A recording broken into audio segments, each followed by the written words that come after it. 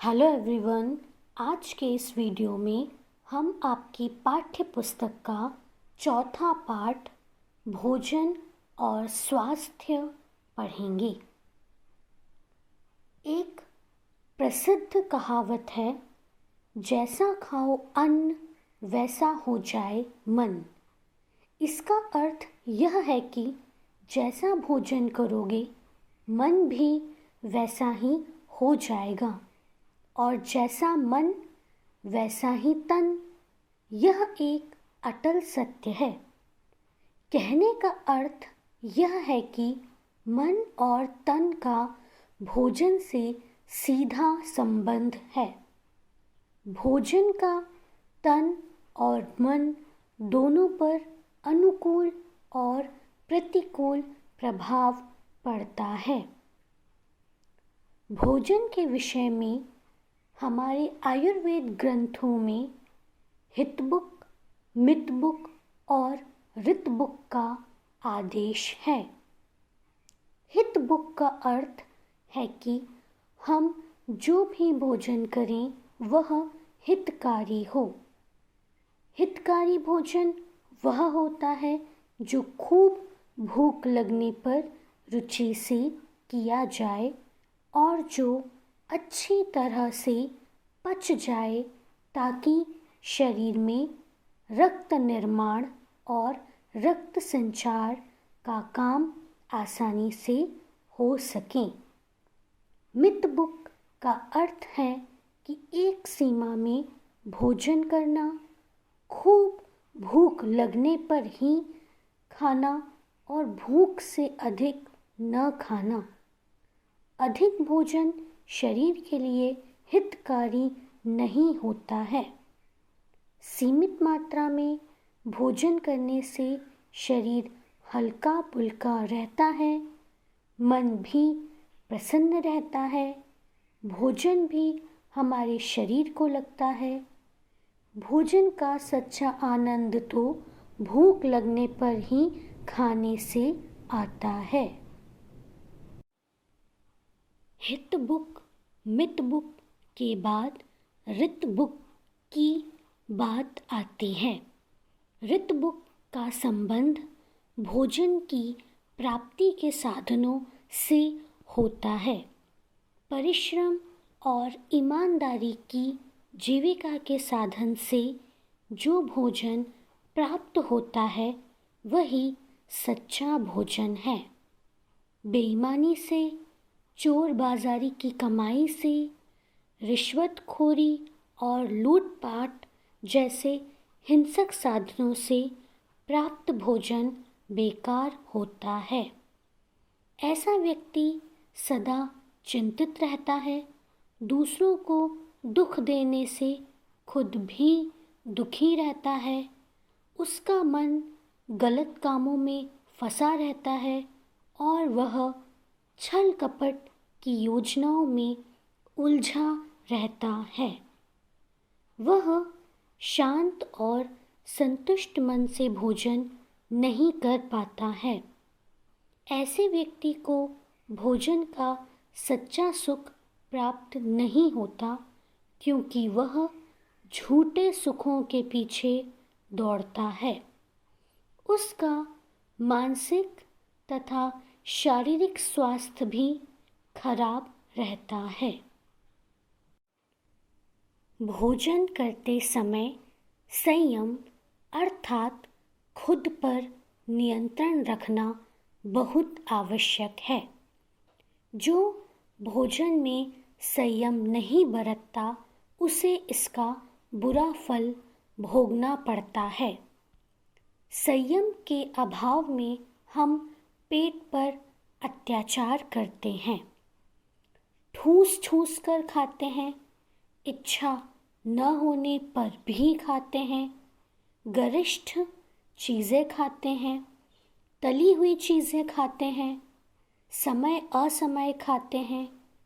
ठीक स्थिति में बैठकर शांति से खाना खाने के बजाय कभी खड़े, कभी लेटे और कभी भागते दौड़ते जल्दी जल्दी में खाते हैं। खाते क्या हैं? भोजन को ठीक तरह से चबाए बिना ही निगलते जाते हैं। यही नहीं, गरम ठंडे का विचार किए बिना कभी बहुत गरम और कभी बहुत ठंडा, ठंडे के ऊपर गरम और गरम के ऊपर ठंडा, इस प्रकार का भोजन करते हैं। संयम के अभाव में कई प्रकार की बीमारियों का सामना करना पड़ता है। परहेज अपने आप में एक ऐसी दवा है जो हर प्रकार की बीमारी को दूर करने में मदद करती है। देश काल के अनुसार भोजन करने का महत्व हम बिल्कुल ही भूल गए हैं। मौसमी हरी सब्जियों, पेठा, काशी फल, तरोई, टिंडा, करेला, पालक, मेथी, चौलाई, मूली, गाजर को देखकर हम नाक भौं सिकोड़ लेते हैं। करेला, टिंडा, पालक खाते भी हैं तो उन्हें खूब तलकर उनका पोषक तत्व ही नष्ट कर देते हैं। जीभ के रस स्वाद ने हमारे भोजन को जहर बना दिया है। ऐसा भोजन स्वास्थ्यवर्धक नहीं होता है। भोजन परिश्रम मांगता है, बनाने में भी और पचाने में भी। आज डिब्बा बंद खाना और कोल्ड स्टोरेज में रखी बेमौसमी सब्जियां खाने का रिवाज सा चल पड़ा है। टीवी पर एक विज्ञापन अक्सर दिखाया जाता है। बच्चा स्कूल से आता है और कहता है, मम्मी भूख लगी है। मम्मी कहती है, बस 2 मिनट, और वह नूडल्स पकाकर उसमें कुछ सिरका चटनी मिलाकर बच्चे को दे देती है। नूडल्स मैदा से बना होता है जो कि पेट के लिए नुकसानदायक होता है। स्पष्ट है कि मम्मी को अपने बच्चे के स्वास्थ्य की बिल्कुल चिंता नहीं है, जबकि इसकी जगह वह अपने बच्चे के लिए रोटी सेक सकती थी, परंतु उसमें परिश्रम लगता है। भोजन को पचाने में भी परिश्रम की ज़रूरत पड़ती है। बच्चे तो भाग दौड़ कर, उछल कूद कर अपना भोजन पचा लेते हैं, परंतु वयस्कों, विशेषकर बूढ़ों के लिए थोड़ा बहुत व्यायाम, शारीरिक श्रम या सुबह शाम की सैर आवश्यक है। इसके बिना भोजन ठीक तरह से नहीं पचता और भूख भी खुलकर नहीं लगती। इस हालत में भी लोग खाते हैं तो अपच या कब्ज होना स्वाभाविक है। पेट में पड़ा इस प्रकार का भोजन गैस बनाता है, जिससे कई प्रकार के रोग उत्पन्न होते हैं, जैसे जोड़ों में दर्द, गठिया, गैस, मधुमेह आदि। संयम और परिश्रम के अतिरिक्त भोजन में स्वच्छता एवं शुद्धता का भी बहुत महत्व है। स्वच्छता घर में तैयार किए हुए भोजन में मिल सकती है, बाजार के भोजन में बिल्कुल नहीं।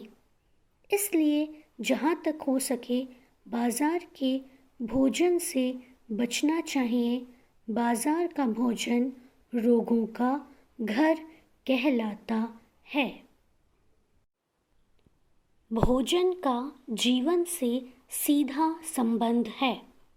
भोजन के बिना जीवन नहीं चल सकता। भोजन है तो जीवन है, और जीवन है तो यह संसार है। अतः भोजन ही संसार का मुख्य आधार है। ऐसे महत्वपूर्ण भोजन को अमृत के रूप में ही ग्रहण करना चाहिए, विष के रूप में नहीं। भोजन करने से पहले हाथ धोना और परमात्मा का स्मरण भी करना आवश्यक है। भारत के हिंदू समाज में किसी निश्चित दिन व्रत यानी उपवास रखने का विधान है। इस्लाम में बच्चे या बीमार को छोड़कर पूरे 1 महीना रोज़ा रखने का आदेश है। स्वास्थ्य के लिए यह बहुत महत्वपूर्ण संकेत है। इसलिए यदि महीने में 1 बार निराहार रहा जाए तो पाचन क्रिया में निश्चय ही सुधार हो सकता है। अनुभवी लोगों का कहना है कि यदि कोई पूर्णतया स्वस्थ, प्रसन्न और पवित्र मन से रहना चाहे तो उचित है कि वह अधिकांश समय थोड़ा भूखा रहे। यदि उनकी इस बात को स्वीकार कर इस पर विचार किया जाए तो कहना ही क्या। परंतु यदि अधिकांश समय भूखे रहने का साहस न हो तो कम से कम इतना तो करना ही चाहिए कि भूख लगने पर ही खाया जाए और भूख से कम खाया जाए। इतना ही करने से भोजन हमारे स्वास्थ्य के लिए अनुकूल सिद्ध हो सकता है तथा हमें रोगों और डॉक्टरों से मुक्ति मिल सकती है। पाठ से संबंधित प्रश्न। रिक्त स्थानों की पूर्ति करो। हमें हमेशा भोजन शांत मन से करना चाहिए। जहाँ तक हो सके भोजन कम खाना चाहिए। व्रत अपने आप में एक अनोखी औषधि है। ज़्यादा तला भुना और मसाले वाला भोजन हानिकारक होता है। हरी सब्जियां और फल लाभदायक होते हैं। Thanks for watching this video.